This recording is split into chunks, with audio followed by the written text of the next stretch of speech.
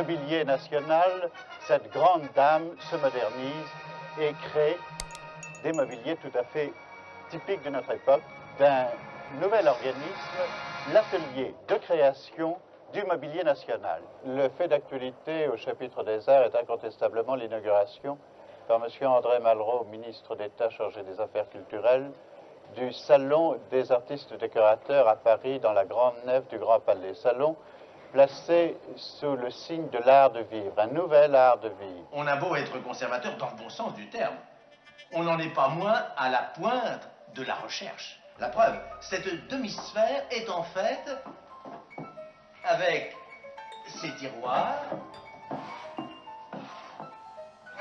son écritoire et son éclairage, un cabinet de travail, mais double, pour écrire à gauche ou à droite. Le mobilier national n'appartient-il pas à tout le monde?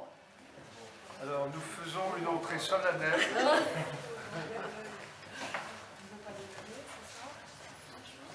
Bonjour, ça va? Il s'agit d'un premier prototype avec tous les défauts que ça peut présenter. Est-ce que là, ça accroche derrière? Vous savez, les prototypes, ça nécessite plusieurs phases. Et il est très difficile d'arriver du premier coup. Enfin, moi, je ne suis jamais arrivé du premier coup. Alors, il y a quelque chose dans mon dessin qui ne me plaît pas beaucoup, c'est que cette courbe est trop courte et je ne sais pas comment le prendre. Il faudrait peut-être l'allonger un petit peu par ici. C'est trop trapu comme dessin. J'aurais voulu quelque chose de plus long et de plus élégant. Et compte tenu de la dimension générale, je ne vois pas très bien comment je vais faire.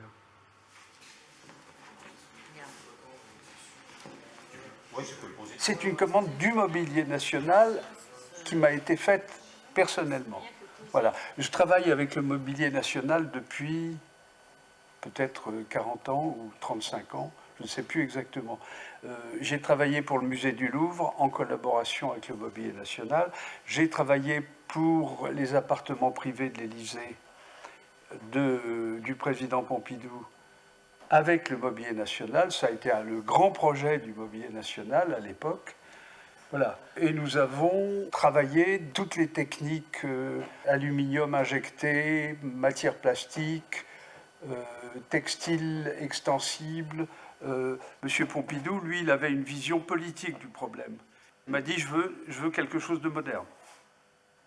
Je veux quelque chose qui s'ouvre sur la modernité pour les Français. Mais ça, je dois dire que les Français ont une réaction très forte à la modernité. Alors, j'ai fait faire tous les éléments architecturaux par pièces détachées à l'extérieur et on les a assemblés sur place dans le plus grand silence et la nuit. On était reçus par des gens, des messieurs avec des mitraillettes et on rentrait le matériel. Ben oui, prudence exige.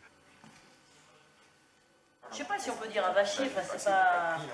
c'est pas assez tendu, quoi. Ça manque de tendu. Ouais, ça fait couette. Je pense pas que ça le dérange. Non, c'est plutôt ça, son choix de départ. C'est pas mal. Pour un premier jet dans un matériau aussi difficile, je trouve qu'on est satisfait. Alors, une bonne centaine de designers, voire d'artistes, ont défilé dans cet atelier. Lalanne, mais Pierre Paulin, bien entendu, Roger Talon, Monsieur Stark, Monsieur Gavoil, Monsieur Jourdan, Villemotte, enfin, Garouste et Bonetti, enfin tous les plus grands, quoi. L'Élysée va accueillir de nouveau des meubles contemporains, commandés par François Mitterrand, des meubles présentés au public dans le cadre du Salon des artistes décorateurs.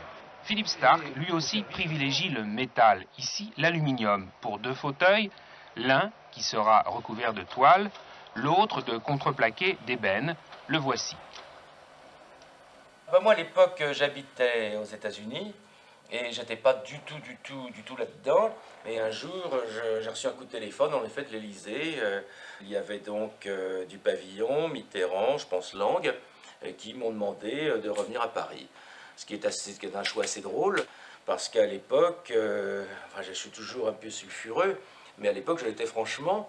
Il y avait une étiquette bad boy, rebelle, mauvais garçon, et ainsi de suite. Et donc, il est formidable de leur part qu'ils aient appelé quelqu'un d'aussi peu institutionnalisé.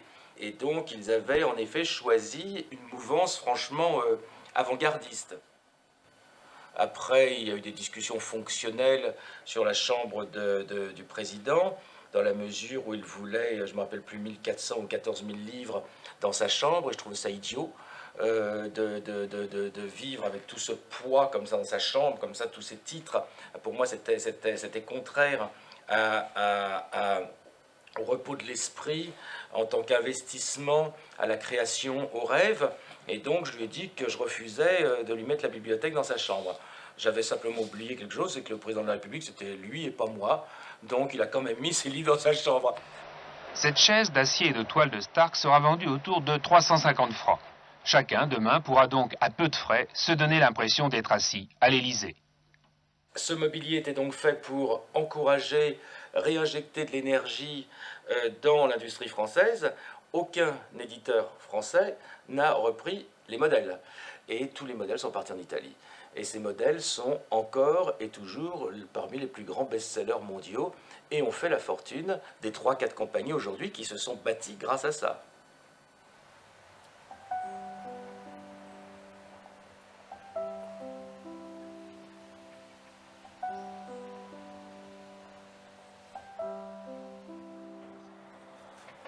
Les 7 ateliers du mobilier national, parmi lesquels celui d'ébénisterie, de menuiserie, de tapis, de lustrerie ou de bronze, abritent souvent des trésors. 150 artisans y assurent la restauration des éléments les plus prestigieux des collections.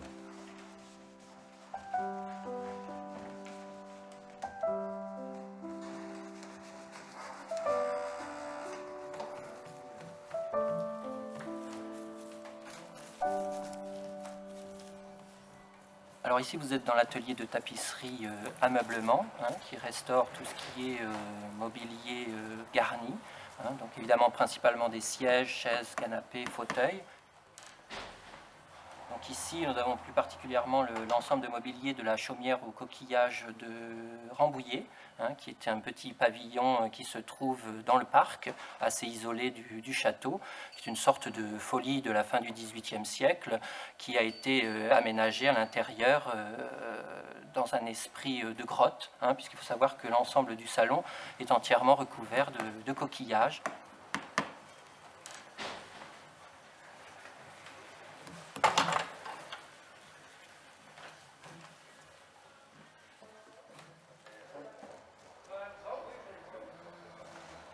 Vous avez encore pour lui ou pas? Il y en a encore deux, malheureusement. C'est un peu inquiétant. C'est quand même précieux ce qu'on transporte. On a quand même un des vestiges hautement symbolique du XVIIIe siècle, donc c'est un petit peu difficile de transporter ça comme ça. Merci, ça va. Peut-être en ça franchement.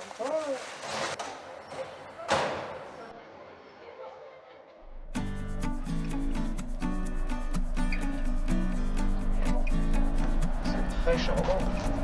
Ah ouais, là,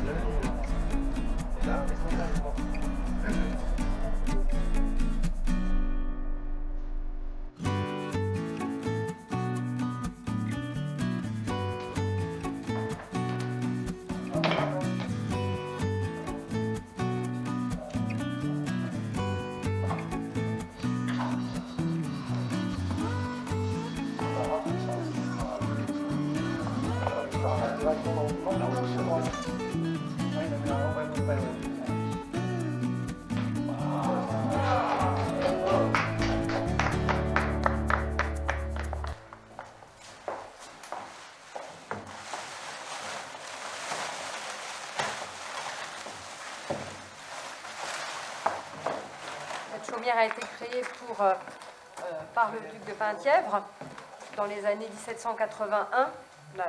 le dernier aménagement, les meubles ont été créés vers 1781. Et c'était pour sa belle-fille, probablement la princesse de Lamballe. Et ensuite, le domaine a été vendu, Rambouillet a été vendu au roi, Louis XVI, à partir de 1783. Et donc, il achète la chaumière des coquillages avec le mobilier. Et ensuite, est passé dans le garde-meuble royal et est vendu donc à la Révolution. Mais en tout cas, donc peut-être que Marie-Antoinette a connu ces sièges, oui, sûrement.